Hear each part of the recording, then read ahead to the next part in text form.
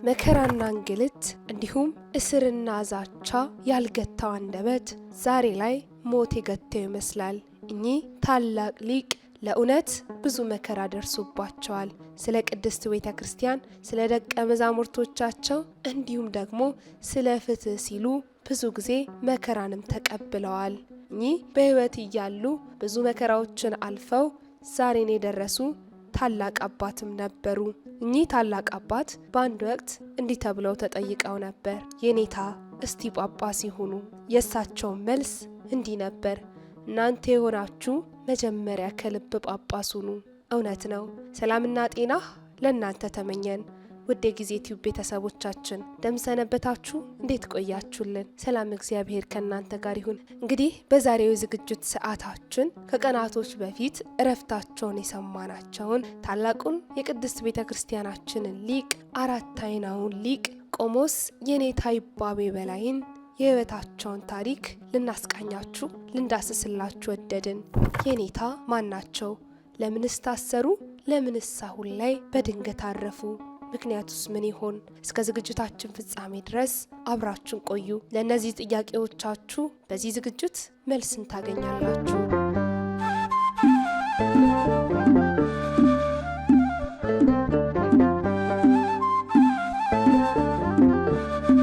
ሊቀ ብርሃናት የኔታ ይባቤ በላይ አሁን ላይ በስጋ አርፈዋል። ነገር ግን የእሳቸው ማረፍ የእሳቸው እረፍት ለብዙሃኑ ስጋት እየሆነ መጥቷል። አንዳንድ ምዕመናን የኔታን እረፍት ሲሰሙና ሲያስቡ ለማመን በሚከብድ ሁኔታ በእጅጉ ለመቀበል ሲያቅታቸው እናስተውላለን። ሊቃውንቱ ደግሞ በእጅጉ የልብ መሰበር ስለ ኔታ እንዲህ ነበሩ እኮ ከማለት ማረፍንም አልወደዱም። እኚህ ታላቅ አባት በብዙሃኑ ውስጥ በልባቸው ተቀርጾ የተቀመጡ ታላቅ አባት የመሆናቸው ምስጢር ምን ይሆን? የአራት አይናው ሊቅ ሊቀ ብርሃናት የኔታ ይባቤ የነዳያን ከለላቸው፣ የህሙማን ተስፋቸው፣ የህዙናን መረጋጊያቸው፣ የምእመናን ሞገሳቸው፣ የምእመናን መመኪያቸውና አጋዣቸው እንደነበሩ በርካቶች ምስክርነትን ይሰጣሉ። እኚህ ታላቅ አባት ቆሞስ አባ ይባቤ በላይ ከአባታቸው ከአቶ በላይ ፈንታና ከእናታቸው ከወይዘሮ ይታይሽ ወርቄ በቀድሞ አጠራር በጎጃም ክፍለ ሀገር በዳንግላ አውራጃ አብሽካን ቅዱስ ጊዮርጊስ በተባለ ስፍራ ነበር መጋቢት 27 ቀን 1951 ዓመተ ምህረት የተወለዱት። በ1956 ዓመተ ምህረትም በአያታቸው ወይንም ደግሞ የእናታቸው እናት ሞት ምክንያት እናታቸው አባታቸው ሊቀ ካህናት ወርቄ ጀንበሬን ለመጦር ወደ ናዳ ሲሄዱ አራት አይናው ቆሞስ አባ ይባቤ በላይም በወቅቱ የ5 ዓመት ሕፃን ነበሩ። ታዲያ ወዲያውኑ ናዳ እንደደረሱ የወላጆቻቸውን ፍቅር አጣጥመው ሳይጨርሱ ገና በ5 ዓመታቸው ወደ አብነት ትምህርት ቤት በመግባት ትምህርታቸውን በዝክረ አቦ ከፊደል ገበታ እስከ ጸዋት ወዜማ ከመምህር የኔታ ተአምር በእጅጉ ጥበብን በተሞላ መልኩ አስኪደው ተምረው አበቁ። ይታያችሁ በ5 ዓመት ከቤተሰብ መለየት እንደምን ያለ ከባድ ነገር እንደሆነ በልባቸው አስቡት። ታዲያ ታላቁ ሊቅ ቆሞስ አባ ይባቤ በላይ በመቀጠልም ቻቫ ቅዱስ ጊዮርጊስ ወደ ተባለ ቦታ በመሄድ የቅኔና የፍትሐ ነገሥት መምህር ከሆኑት ከየኔታ ወሃቤ ጸጋ ቅኔን ከነ አገባቡ ግስን እስከ አመሉ እንዲሁ ደግሞ የአቡሻህር ትምህርትን ተምረው በመምህራቸውም ተመርቀዋል። በተጨማሪም በመምህርነታቸው የኔታ ወሃቤ ጸጋ መልካም ፍቃድም ለግማርያም ወደ ተባለ ቦታ ወደሚገኝ መምህር የኔታ መንክር ጉባኤ ቤትም ገብተው ለሁለተኛ ጊዜ የቅኔን ትምህርት ተምረውም ተመርቀዋል። እኚህ ታላቅ ብርቱ አባት ስንዱ እመቤት የሆነችውን ቅድስት ቤተ ክርስቲያንም ጠንቅቀውም አውቀዋታል። በሁለቱም ጉባኤ ቤት እየተመላለሱ የቅኔ ዘረፋውንም በእጅጉ ጥበብ በተሞላበት መልኩም አስኪደዋል። የቅኔ ትምህርታቸውን ካስተማሩ በኋላ ምክትል መምህር በመሆንም ለቅድስት ቤተ ክርስቲያን እንዲሁም ደግሞ ለደቀ መዛሙርቶቻቸው በማስተማርና አገልግሎት በመስጠትም ቆይተዋል። አራት አይናው ሊቅ የቅድስት ቤተ ክርስቲያናችን ታላቅ ዋርካ የሆኑት አባ የኔታ ይባቤ በላይ ለትምህርት ባላቸው ፍላጎት የሊቃውንት መፍለቂያ ወደ ሆነው ደብረ ዲማ ቅዱስ ጊዮርጊስ ገዳም በመሄድም ከመምህር አለቃ ወልደ ማርቆስ የአዲሳት ትምህርትንና የፍትሐ ነገሥት ትምህርትንም በድጋሜ ተምረዋል። በዚህም ቦታ በመምህራቸው መልካም ፍቃድ በ1974 ዓመተ ምህረት ከትምህርታቸው ጎን ለጎን የቅኔና የአቡሻህር ትምህርትም ወንበር ዘርግተውም አስተምረዋል።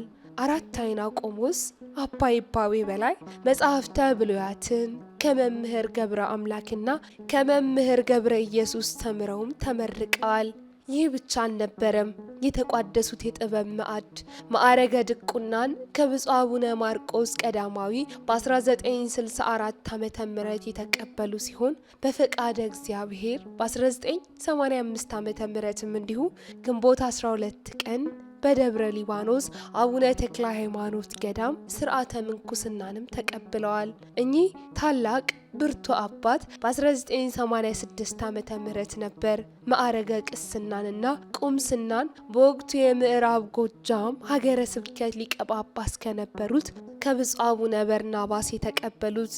እኚህ ታላቅ አባት አባ ይባቤ በላይ ትምህርታቸውን እንደጨረሱ ምን ማድረግ እንዳለባቸው ፍቃደ እግዚአብሔርንም ለመጠየቅ ሱባኤ ገብተው ፈለገ ብርሃን ናዳ ማርያም ላይ ታላቅ ጉባኤና ገዳም እንደሚተከል በሱባኤ ተገልጦላቸው ነበር። ጥቅምት 20 ቀን 1979 ዓመተ ምህረት በመምህራቸው አለቃ ወልደ ማርቆስ ሽኝት ተደርጎላቸው ወደ ናዳ ማርያም የተመለሱት።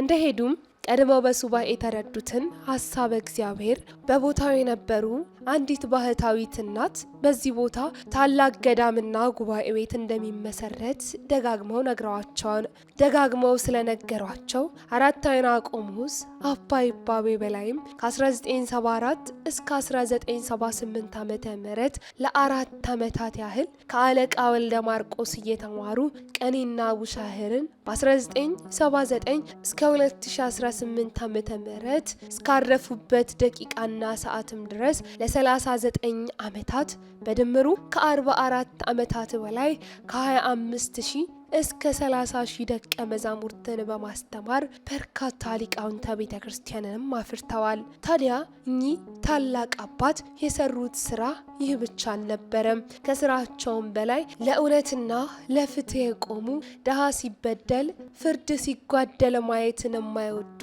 እንዲሁ ዝምታንም መምረጥ ስለማይፈልጉ ግልጽ አባት በመሆናቸው እኚህ ታላቅ የወንጌል ገበሬ ባስተማሩና ለትውልዱ ዕለት ዕለት በጸለዩ ለእውነት በማደራቸው ብቻ ከእልፈታቸው አስቀድሞ ከበርካታ ወራቶች በፊትም በባህር ዳር ከተማ በሚገኘው መኮድ በተባለ የመከላከያ ካምፕ ውስጥም ታስረው እንደነበር እናስታውሳለን። እኚህ ታላቅ አባት የኔታ ይባቤ በላይ ሰኔ 13 ቀን 2017 ዓመተ ምህረት ነበር ከሚያስተምሩበት ቦታ በወታደሮች ተወስደው ያለምንም ጥያቄ ታሰሩት።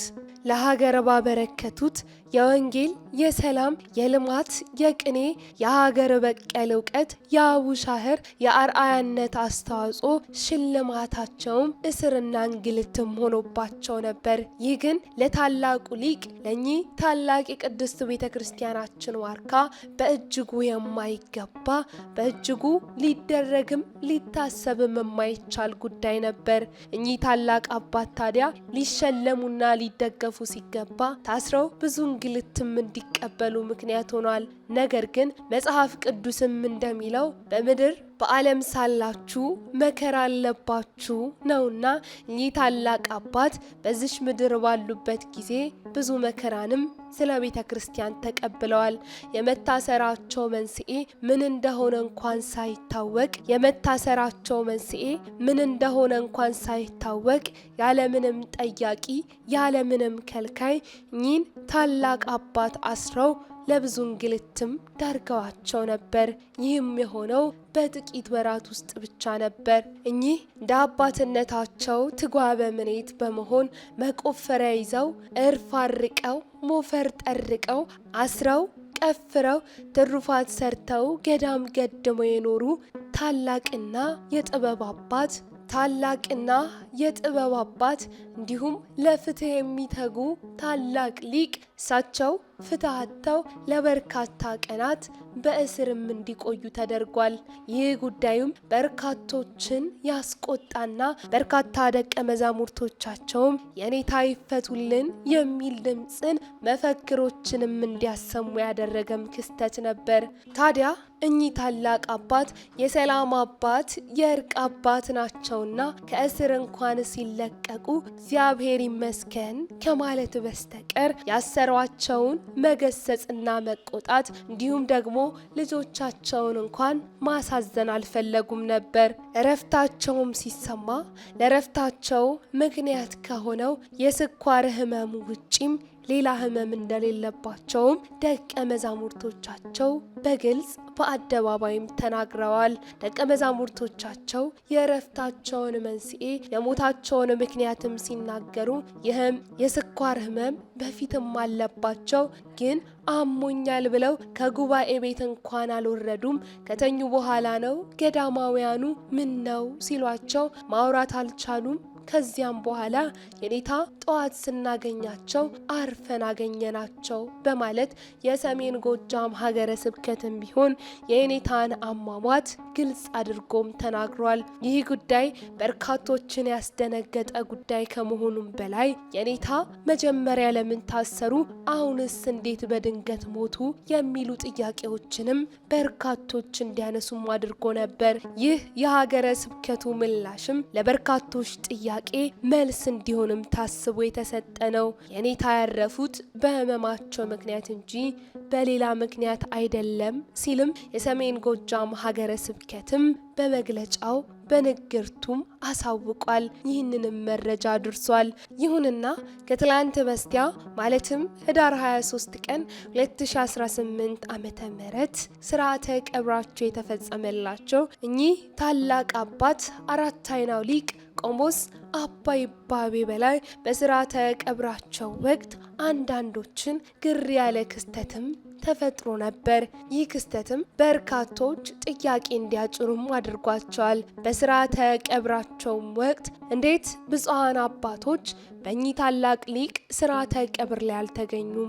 እንዴትስ ብፁዕ አቡነ አብርሃም በእኚህ ታላቅ ሊቅ በሀገረ ስብከታቸው ታላቅ የሆኑ ሊቅ አርፈው እንዴት ከስርዓተ ቀብራቸው ይቀራሉ? የሚሉ ጥያቄዎችንም እንዲያነሱ እንዲጭሩም አድርጓቸዋል። ይሁንና በእኚህ ታላቅ ሊቅ ስርዓተ ቀብራቸው ላይ ብፁዕ አቡነ ዘካርያስ የምዕራብ ጎጃም ሀገረ ስብከት ሊቀ ጳጳስና እንዲሁም ደግሞ የቅድስት ቤተ ክርስቲያናችን ሊቃውንተ ቤተ ክርስቲያን የሆኑ በርካታ ሊቃውንት ከቅርብም ከሩቅም ተጉዘው በናዳ ማርያም ከትመው የኚህን ታላቅ አባት ታላቅ ሊቅ ስርዓተ ቀብራቸውም ተፈጽሟል። ይሁንና የሌሎች ብፁዓን አባቶችና የብፁዕ አቡነ አብርሃም ከኚህ ታላቅ ሊቅ ስርዓተ ቀብራቸው መቅረት ግን የበርካቶች ጥያቄም ሆኗል።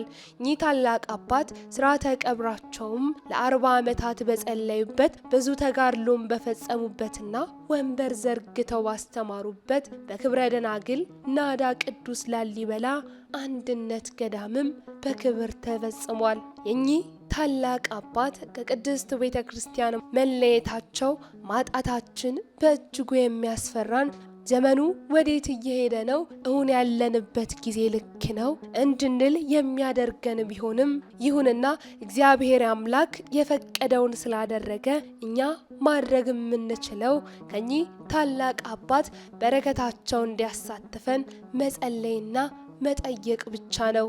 ውድ የጊዜ ቲዩብ ቤተሰቦቻችን ለዛሬ በታላቁ ሊቅ በታላቁ አባት የቅድስት ቤተ ክርስቲያናችን ዋርካ በሆኑት በአራት አይናው ሊቅ ቆሞስ አባ ይባቤ በላይ የህይወት ገጻቸው የህይወት ታሪካቸው ዙሪያ ያስቃኘናችሁ ዝግጅታችን ይህንን ይመስል ነበር። በሌላ ዝግጅት እስክንገናኝ ሰናይ ጊዜ ለእናንተ ተመኘን።